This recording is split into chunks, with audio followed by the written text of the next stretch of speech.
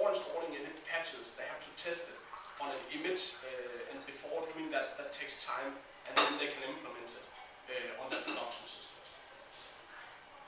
So the whole point of auditing is becoming more and more relevant, and I think even in the future it's going to be much more.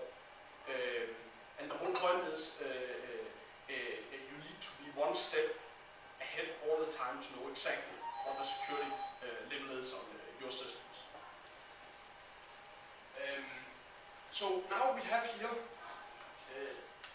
the wireless auditing, and again I went on the SecPoint site resources because maybe some people never heard about the wireless encryption types and don't care. So you can go here on the SecPoint resources site,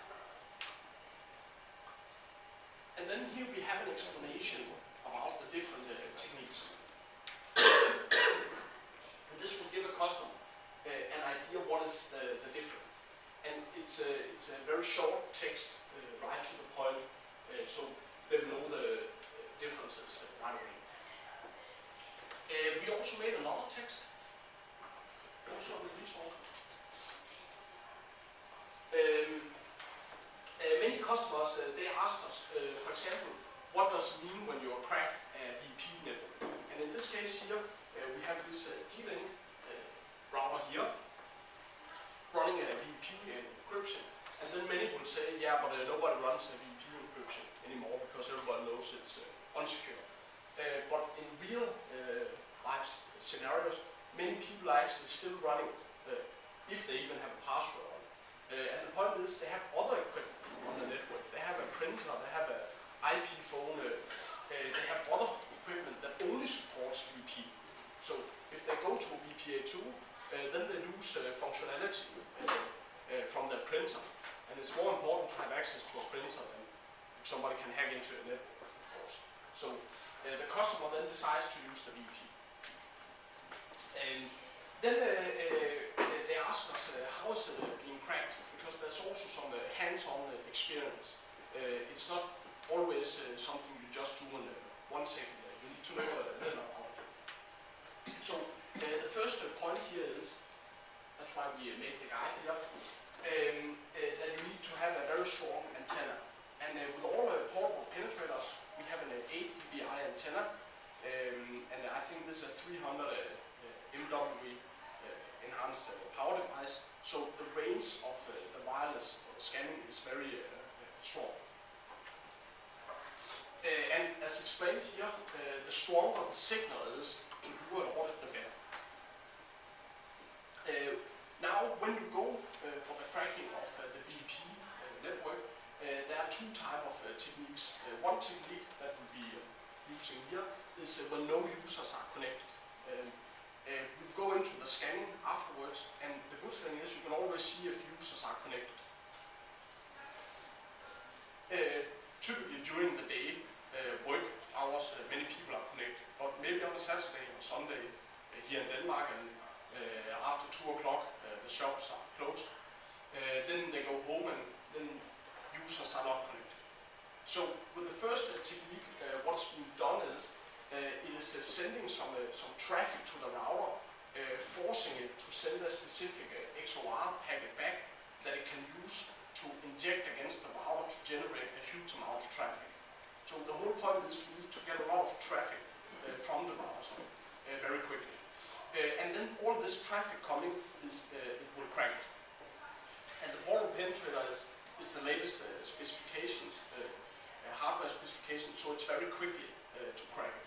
So for example, with a VP, that can be cracked in typically 3-4 minutes, depending on how strong the signal is and everything. And before this XOR technique, there was another technique where you try to force it to make traffic. And that could be slow when no users were connected. So that could take 1 hour, for example.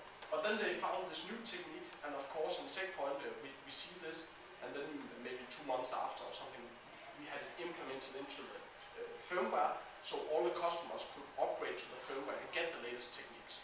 So for example, in next week, they found a new weakness in VPA, then we of course listen and look out for that, and then we will integrate as fast as possible. Then we have another technique, and that is when you crack the VP, let's say you do the attacks, but it takes too long. And then you wait a little and you see a user that has connected. And then what you're doing is you will select the user, maybe 5 users are connected, you select one of the users, and then it will make a small attack against this user to generate traffic. And the user's laptop, for example a Windows PC, it may disconnect and connect again. And sometimes it goes faster, sometimes it goes slower, and sometimes they will not see anything. Other times it will just say disconnected, and then Windows will reconnect. I was just in Belgium and we did a small test, and it couldn't crack the router when no users were connected, or it took too long for the sniffing. And then we connected a laptop, and we selected the MAC address of the user, and then we got it right away.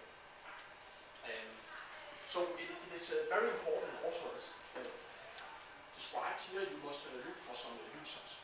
And then another interesting detail is, let's say we go here in the city, we find some lawyer office, for example, or accounting, more interesting, accounting office, we get the network, we crack the network, and then with the portable penetrator we can connect on it.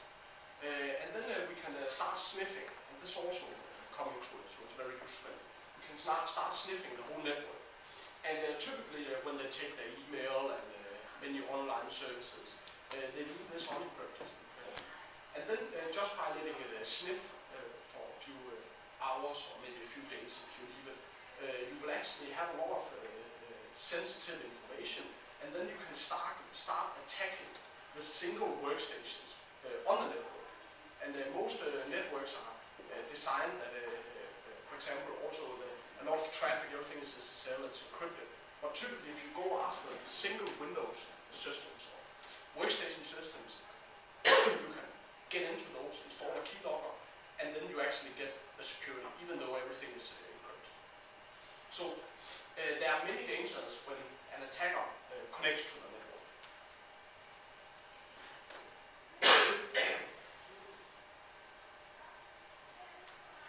Another interesting detail is here on this hotel. They have an open network, of course, or if you go in an airport, there are many, depending which airport you go to, there are many wireless networks. Also a thing you can do is, for example on this hotel, everybody connects, and maybe many of you are connected on the free one. And if we were running a sniffer, then you'll actually be able to see all the traffic going from everybody that are connected. So being on a hotel, maybe you get a credit card information from 7 guests coming from different countries. And before they even figure out that data is being misused, they are in an airplane or they have a long travel in front of them. So there's a time delay before they can report anything. Also some clever hackers or attackers, they go into an airport, for example, and we also think about to put this into the portal. And then they set up an access point on the portal called like Copenhagen Airport, free Copenhagen Airport access.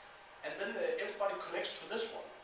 And then this one here, because it has powerful antenna, you actually pay the €5 to connect to the real internet. So you actually are providing internet, but everybody that connects to you, they're giving you their login credentials. So you actually, yes? We've actually obtained a hackerware that does what it does. You go to an airport or a coffee shop or something, you get on the site you want to log into, and then it automatically clones that site and makes it available for all other people. Yeah, exactly. But it automatically clones the actual site.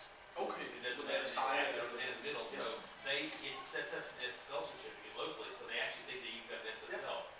That's a very interesting point. So and this is something that you just set up. You don't even have to build a website. It's automatically compensate for it. Exactly. And if you can do that to the portal, then you can start showing the customer how dangerous it is, because most they never think about this.